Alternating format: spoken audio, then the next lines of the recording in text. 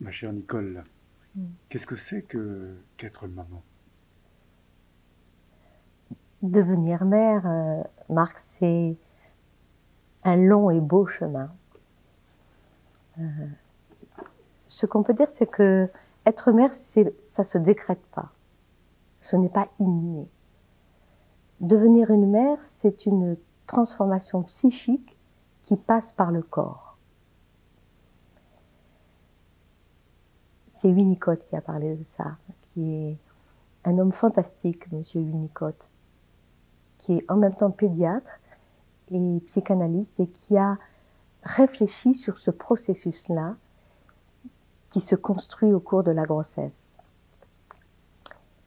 Parce que devenir mère, c'est accueillir en soi, dans son corps, quelqu'un qu'on ne connaît pas encore, c'est accueillir un étranger, c'est accueillir l'étrange pour transformer cette étrangeté en un lien.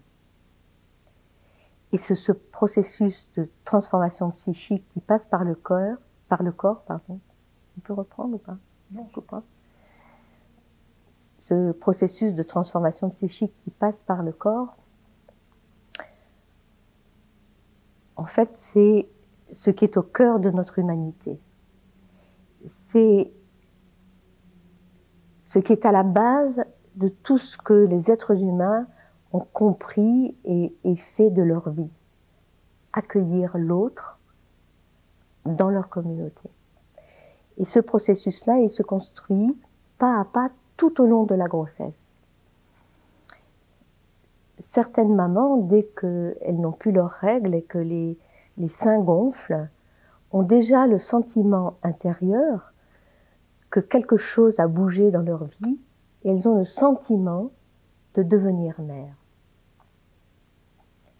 Pour d'autres mamans, c'est pas à ce moment-là, au début de la grossesse, quand les seins gonflent, que ce sentiment apparaît. Pour d'autres, c'est à la sortie, en Europe, du premier examen avec leur sage-femme ou leur gynécologue, où à l'échographie, elles voient ce petit embryon qui bouge, et elles sont bouleversées. Quand elles reviennent chez elles, elles savent que ce qui se passe en elles n'est pas un fantasme. C'est bien vrai, je vais devenir une mère. Mais on peut dire pour tous les autres, la plupart des mamans, et dans tous les pays où les grossesses ne sont pas accompagnées comme en Europe par des échographies, ce processus, il se construit à l'apparition des mouvements actifs du bébé dans l'utérus. Il se passe là quelque chose qui est très profond, qui est très féminin. Le bébé bouge dans le corps de la femme et la maman met les mains sur son ventre et elle se relie à son bébé. Elle pense à l'autre qui est en elle. Ce processus-là, il ne se fait pas toute la journée, parce que la maman continue à vivre pour elle-même. Elle travaille, elle fait le ménage, elle fait la lessive, elle s'occupe de ses enfants, elle est avec son compagnon, elle parle. Mais chaque fois que le bébé bouge, elle se relie à son enfant par la pensée. Et dans ces va-et-vient entre elle et cette pensée, va se construire ce qu'on appelle une enveloppe psychique pour le bébé qui va naître. La maman se prépare à quelque chose qui va bouleverser sa vie, qui est de mettre un être humain au monde. Ce processus-là, il est très progressif, il n'est pas le même chez toutes les femmes. Il s'opère pendant toute la durée de la grossesse, et surtout au dernier trimestre. Pour une maman qui a plusieurs grossesses, il n'est pas non plus construit de la même façon pour chacune de ses grossesses. Ça dépend aussi de son état intérieur et de ce qui se passe autour d'elle, dans sa relation avec sa communauté et avec son compagnon. En tout cas, c'est un processus qui est fondamental et fondateur de ce qui va se passer pendant l'accouchement, de se préparer à se séparer du bébé, mais aussi à s'occuper de lui. Parce que quand la mère pense à son enfant, elle va se cliver en elle. C'est comme si elle se dédoublait. Il y a une partie d'elle qui continue à vivre pour elle-même et une partie de son être qui va se construire pour s'occuper entièrement de l'autre. C'est ce que Winnicott appelle la préoccupation maternelle primaire. La mère n'est pas préoccupée au sens où elle a des soucis dans sa tête. Elle est préoccupée par cet enfant qui grandit en elle et dont elle commence à prendre soin.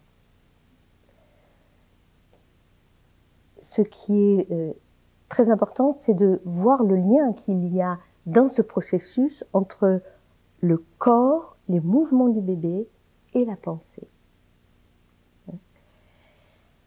Ce processus de clivage, si ce n'était pas la grossesse, ça serait une maladie mentale. Ce serait le dédoublement de la personnalité.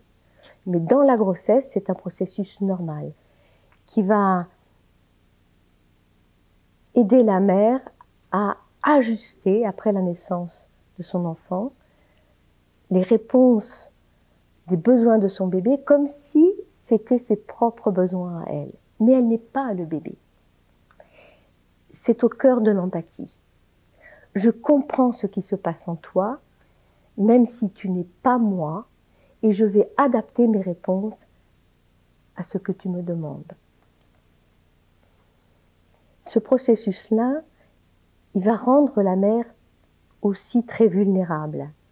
Progressivement, au fur et à mesure qu'elle arrive dans le 3e trimestre, la mère va devenir de plus en plus sensible.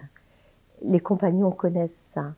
Ils voient leur compagne tout d'un coup pour une parole, pour une odeur, fondre en larmes. Winnicott dit que la mère va devenir hypersensible. Elle devient comme une éponge à tout ce qui se passe autour d'elle. Et cette hypersensibilité va être essentielle après l'accouchement.